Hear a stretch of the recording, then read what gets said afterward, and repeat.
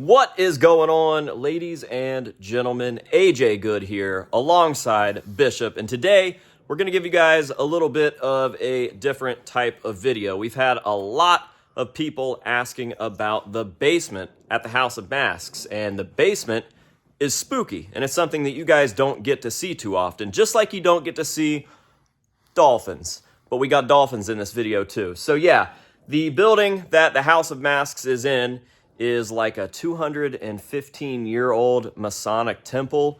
It is crazy historic. There's a lot of stories. It's supposedly haunted, and we've had a lot of people that are into paranormal activity type stuff asking about the basement, so I thought that we would go ahead and take the opportunity to shoot sort of a tour through the spooky, deep, dark basement. And I'm here to protect you. Yeah, Bishop's pretty acquainted with the basement too because we keep a lot of stuff for Pale Fest and whatnot down there. So I'm scared and I needed someone to go with me, but we've got a flashlight and we are ready to go. So without further ado, let's go ahead and head towards the basement.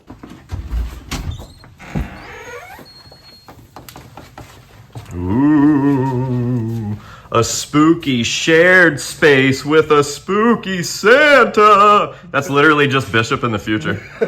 That's literally just you in 40 years. Still here. Still here. In the background of the House of Masks. And just very jolly. All right.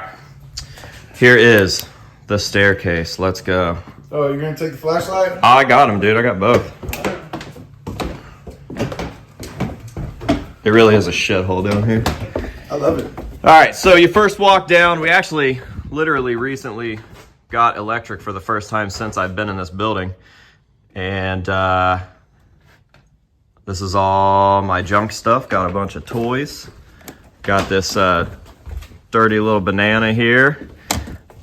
Got some... This is how you know you've made it. When like the extra signatures and stuff from Jay are just rotting in your basement. Yeah, we got a bunch of stuff. It's mostly just a storage space. So right here is where I pile everything up. Shout out Jeff Gordon, Rainbow Warrior. And yeah, then it starts to get a little darker. I'm not going to lie to you. I'm not going to lie to you, dude. The electricity, when you told me we were coming down here, I always get spookied when I come down here. The electricity kind of throws it off, dude. It's like, it's more of a living space now. It really is. Than it was without electricity. Yeah, but the other half of the basement doesn't have it, and that's the actual spooky spot. So come around here, just a bunch of crap. There's been about 1.5 million businesses upstairs. So whenever they leave, they just leave whatever they can down here. So it's like a graveyard of businesses. You guys don't want to know about that room. So we'll just keep walking this way. Man, you're really not going to show them? That room? Yeah, that's one of my favorite spots. It's like actually scary though. That's like not. It's one of my favorite spots. There's no electric in there. Whatever. We got the flashlight. Yeah, here we go. There really isn't much to see over here. This is where I thought it would be a good idea to keep my drums. Obviously, a little bit of water damage there. There is this old elevator shaft. Ooh. It's been all barred up, you know. And then there's this big, crazy, spooky room over here. Yeah, but the chair. There's always a chair. Who's sitting in the chair? There's always a spooky chair, dude. But yeah, that's, there's a mirror right here. Hey, hi, how are you? It's my favorite stuff, dude. You good? Yeah. All right. So then we go back out. We're in the room with electric again. Spooky desks. Gotta be spooky desks. And that's the rest of the basement. This part of the basement doesn't have electric, and it is genuinely spookified. This is, like I know that you guys probably think I'm trying to be funny or something, but it is genuinely pitch black. There is no working lights, so we have the flashlight here, thank God. There are lights everywhere, but they just don't work. I don't know why. So yeah, the basement extends for the full extent of the House of Masks. It goes all the way to the front, up by Main Street, and it's actually double the width because above me is the salon school that I am neighbors with. And then that side over there would be under the House of Masks. So we'll go in here, we'll see all the old crap that's just been discarded. And where's Bishop at? Bishop! Okay, maybe he stayed in that room over there. I don't know. Maybe he just had to poop. Well, we'll keep going.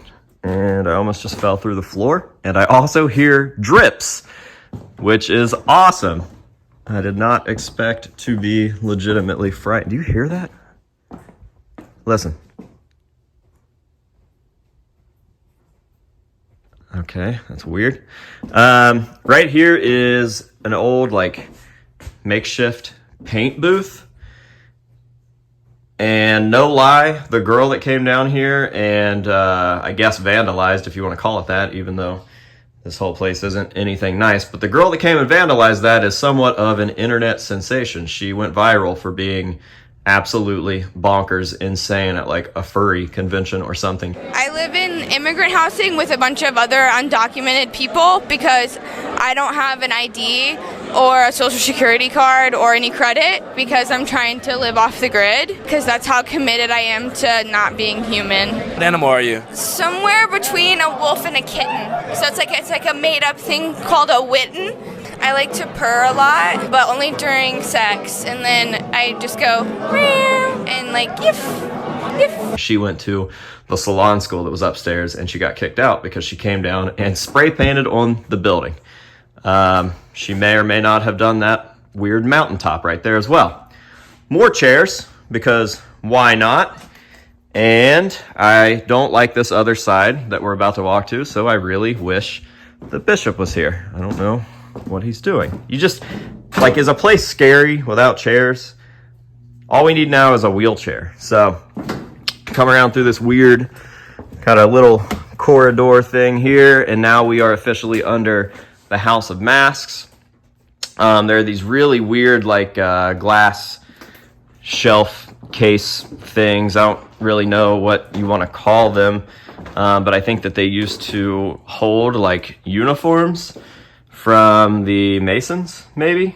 Like if you open one of these doors, you can pull these racks out here, and I think that these glass cases were kind of meant to keep like moths and stuff out or something. I don't know. But yeah, go ahead and close that and see what else there is to see down here. I'm not gonna lie, it is surprisingly sketchy down here. I don't like it at all. It really is pitch black. I'm kind of blinding myself with the flashlight right now, but it's so spooky. Like, there's no reason that it should be this scary. The upstairs is so nice, and then you come to the downstairs and it's all like just super sketchy, but we'll keep going. Now, as I mentioned, the building is supposedly haunted. There is supposedly a ghost by the name of Walter that haunts this place. In the 3 going on 4 years that I've been in this building, have never really experienced anything. Maybe that'll change on camera, maybe not. I know a lot of people are probably waiting for some sort of jump scare, but I promise that's not going to happen. Yeah, it's just a catch-all down here, and if it was cleared out, we could have a really badass go-kart track or something, but people just keep piling stuff down here, and it just builds and builds and builds. Literally almost fell through the floor right here.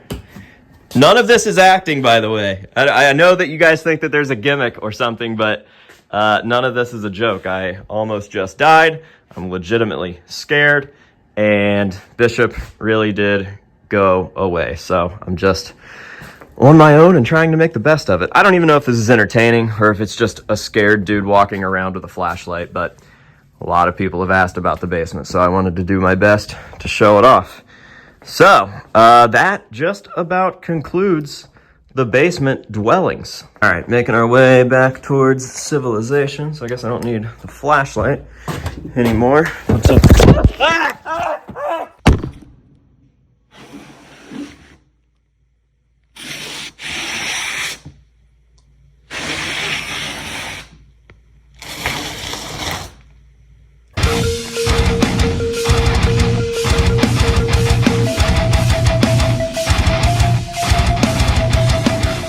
What is going on, ladies and gentlemen? AJ Good here at the House of Masks, joined by none other than the great Bishop Walker himself from Paleface & Co. And we actually aren't here right now. I mean, we are here right now, but right now, for you, we aren't here. Where are we? We're actually at Transworld, day one, in front of the whole crowd. Yeah! Dude, there's so many people here. Ed and Marsha from Distortions. Ed, what's up, buddy? How you doing? Yeah, Mike Fry's over there. What's dude? up? And then there's about 1 million of the same people walking around thinking that they're way more important than they actually are. Yeah! All right, so in today's video, we're going to start off by talking about a huge milestone that is, about a year old. Happy year-long milestone anniversary on this one. Man, I'll tell you what, that crept up on us faster than I could have ever imagined. It really did. It feels like literally 3 months ago we were in Transworld and I was being scared by the Arch. Yeah. Oh, that was fantastic, huh? I was terrified. Oh, man, we should go look at that right now. Let's go. Yeah. Fucking, for real. Transworld, an incredible experience. And it marked something really cool with us because a year ago when we headed to Transworld, we were actually wrapping up a deal that we were doing with Terror Films, Shudder, and the Mary Lou Boys. And we had just acquired the catalog for the masks for Hell House LLC, which of course is a home haunt movie. So to do our proper homework on it, we had to go to the best place for home haunts in America, which happens to be Transworld. It does. It does happen to be that. I agree. Probably didn't age well. Yeah, maybe the name's a little misleading, you know. I went down there last year expecting something else. I thought we were going to have much more fun than we had. We had a blast. Yeah. All right, anyways, all jokes aside, Transworld absolutely marked something spectacular for us. It was right around that time that we had picked up the catalog for Hell House LLC, which definitely marked something very cool for us because up until this point, we had only done nu metal theatric stuff. And stepping outside of the nu metal theatric thing into movies was something that was super exciting for us. Had to give the haters another reason to dislike us. And by dislike, I mean secretly love, but talk bad about us. So yeah, we're doing movies now too. Thank you for watching the video, by the way. Appreciate you. Yeah, I mean, dude, I want to add all these things to our little repertoire and doing it one at a time. I love it. Doing the way we do it, killing everything. I absolutely love it. But these guys definitely knew what they wanted and they came to us. They hit us with so much different stuff that at first it looked like all of the different moving parts were everywhere and I wasn't going to be able to make sense of it. But slowly but surely, dude, the team ended up pulling it together. Starting with Covert, dude. Covert not only grabbed us the haunt that had shut down, that had already previously bought out all of the stuff from Spectre. He found those with all of the original everything. Made me a good contact with them. Not only that, found the original owner of Spectre and the original artist, and we were able to grab everything that we needed from Spectre. Very nice people, Mark Marson and them over there. Couldn't thank them enough. I actually based some of my whole company off of these people and what they did. They're huge into like the art scene and stuff like that. And it was just nice to be able to show people showcasing Halloween masks in an art type fashion, the way that I always fancied my stuff being shown. So definitely picked up some gems from these people. And upon going through this whole journey of doing the things and creating the creatives for these people, especially the other two clowns, when me and you were talking about it, there was one thing that we both agreed on. The golden rule. What is it? No scary clowns. We hate those things. No pointy chins, no fangs, no stupid vapes. Neon hair and yeah, vapes. We're not doing it, dude. And it's funny because doing the homework at Transworld, you would think that that was just the home run hit every freaking time. That is one of the three personalities that you'll see walking You will around. either get evil clown. You'll get spooky girl that's medical. I'm a burlap demon monster hog. Yeah, you'll get one of the three. In this case, we decided we weren't going to do any of that. There's a whole bunch of different things with people buying IP from a whole bunch of different people, losing Don Posts to Tots and all these other things. It gets like this thing where it's like, oh, we're all scavenging for whatever we can grab when we're trying to buy IP. Luckily enough, AJ has friends. And those friends have other friends that have more important friends. And these people were gracious enough to hand us not one, but the rights to 2 Pat Newman sculpts. Which is crazy. I know a lot of people watching this are probably like, what the fuck is a Pat Newman sculpt? Guys, dude, a Pat Newman sculpt is something you can't even get. And the fact that we were able to secure the rights to it and the reproduction is just completely insane, especially after Tots buying Don Post's catalog. For those of you that are wondering, Pat has sculpted some of the most iconic masks from Don Post. You guys are sitting there thinking like, well, skulls you guys love, all these type of things that you guys love. You can guys go search Pat Newman right now, and you'll understand that she's the woman behind all these sculpts. And so to own something like that is not only like just a dream come true, but to be able to reproduce it and set it alongside something else that is completely insane and hit the mark on all of it, because all of these look like they could be brothers. Every single one of them. They're really cool. They turned out really good. They turned out really good. And the cool part about it is this. When we had originally sat down with Terror Films and the Mary Lou Boys and Shudder and all of them, it came to a consensus that they wanted a mass production item. They wanted something that was affordable for the fans. And after doing the numbers and going around and upside down and all that stuff, I realized like I could definitely produce a mass production item. There was only one mold. So what I did was I took a master out of that mold and then made more molds and then ran them in Monster Makers. The white Monster Makers is known to shrink pretty bad, being that it was already part of another secondary mold from the master. It caused shrinkage. But this isn't a bad thing because it gave hundreds and hundreds of you guys the opportunity to own one of these. We've sold a lot.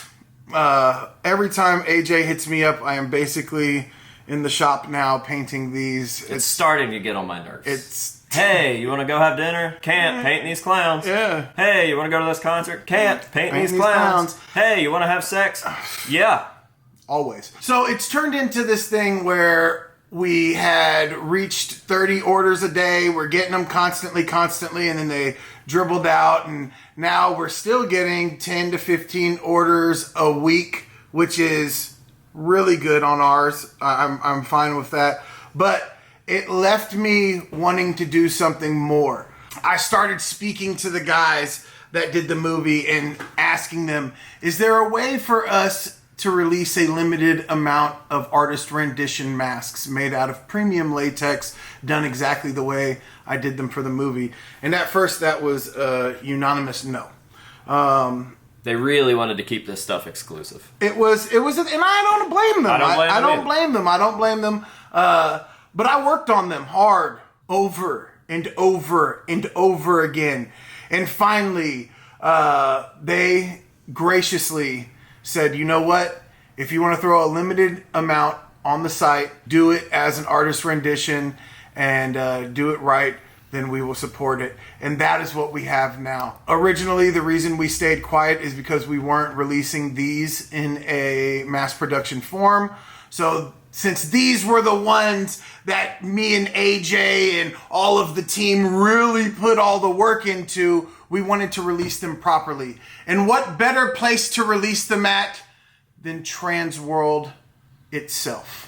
Just makes sense. So if you're watching this right now, you can come visit us at booth 2612 at Transworld and not only grab yourselves one of the artist rendition, because we will have 3 cash and carries on hand, but you can also place your pre-order.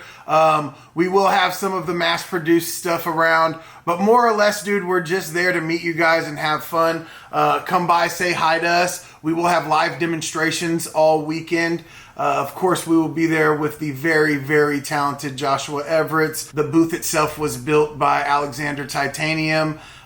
we really have stepped up to this whole different plateau where there is all of us as separate entities, but we also have conjoined in some like weird Power Ranger.